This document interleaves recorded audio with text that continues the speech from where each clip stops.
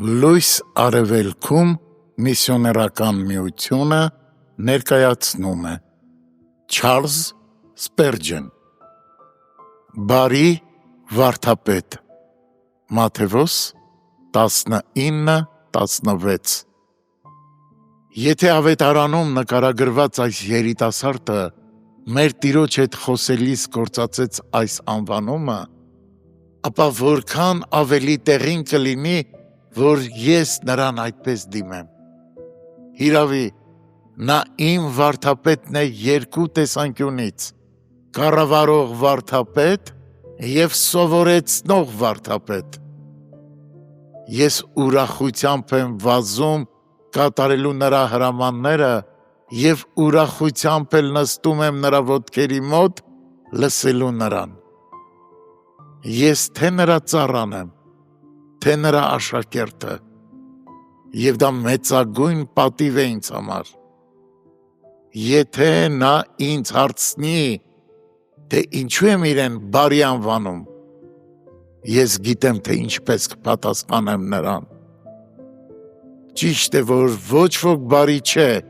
բայց միայն մեկը՝ Աստված, Մատթեոս 19:17 Բայց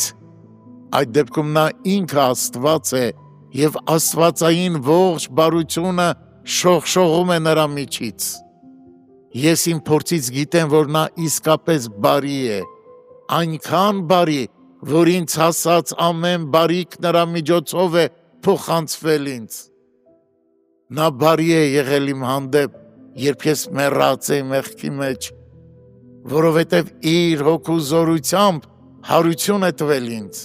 Նա բարի է եղել իմ հանդեպ իմ բոլոր կարիքների, փորձությունների, պայքարների ու վշտերի մեջ։ Ես չէի կարող ավելի լավ վարդապետ գտնել, քանզի նրան ծառայելն ազատություն է, իսկ նրա օրենքը սեր։ Երանի գոնե 1000-րդական մասով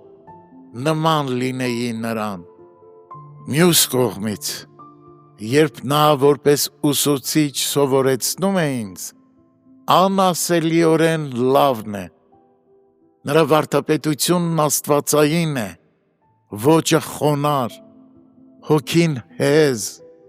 նրա խրատները անսխալ են, անխառն ու մաքուր է այն ոսկե ճշմարտությունը, որը նա հռչակում է, իսկ նրա ուսուցումներն առաջնորդում են բարության, սրբացնելով և շինություն տալով աշակերտներին։ Հրեշտակները բարի վարդապետ են համարում նրան և ուրախությամբ պատվում են իր ոտքերի պատվանդանի մոտ։ Անցյալի սրբերն էլ իրենց օրերում համոզվել են, որ նա բարի վարդապետ է, և նրանցից յուրաքանչյուրը ցնծությամբ երգել է. «Ես քո ծառան եմ, ով Տեր» Սաղմոս 116:16 Իմ անձնական համեստ վկայությունն էլ անշուշտ նույնն է։ Ես կվկայեմ իմ ընկերներին և հարևաններին, քանի որ գուցե դրա շնորհիվ նրանք սկսեն փնտրել Տեր Հիսուսին, որպես իրենց բարի վարդապետի։ Օ, եթե միայն նրանք անեին դա, նրանք երբեք չէին զղջա նման իմաստուն արարքի համար։ Եթե միայն նրանք իրենց վրա վերցնեին Հիսուսի քաղցր լուծը, այդժամ նրանք այնպիսի արքայական ծառայության մեջ կհայտնվեին, որ այլևս երբեք չէին ցանկանա զորացրվել այդ ծառայությունից։ Յուրաքանչյուր հավատացյալի սրտում մշտական պայքար կա հին և նոր բնությունների միջև։ Հին բնույթը շատ ակտիվ է և հնարավորությունը չի կորցնում իր մահացու զինանոցի բոլոր զենքերը գործի դնելու նորածին շնորհքի դեմ։ Մյուս կողմից, նոր բնույթը մշտապես հսկում է, որ դիմադրի և ոչնչացնի թշնամուն։ Մեր մեջ գտնվող շնորհքը կիրառում է աղոթքը, հավատքը, հույսը և սերը որպիսի դուրս վռնդի չարին, այն իր վրա է վերցնում Աստծո ամբողջ սպառազինությունը և լարված պայքար է մղում։ Այս երկու միմյանց հակառակ բնությունները երբեք չեն դադարի իրար հետ պատերազմել, քանի դեռ մենք այս աշխարհում ենք։ Ջոն Բունյանի հայտնի գրքում նկարագրված ճակատամարտը Քրիստոնյայի և Ապոլյոնի միջև ընդամենը 3 ժամ տևեց,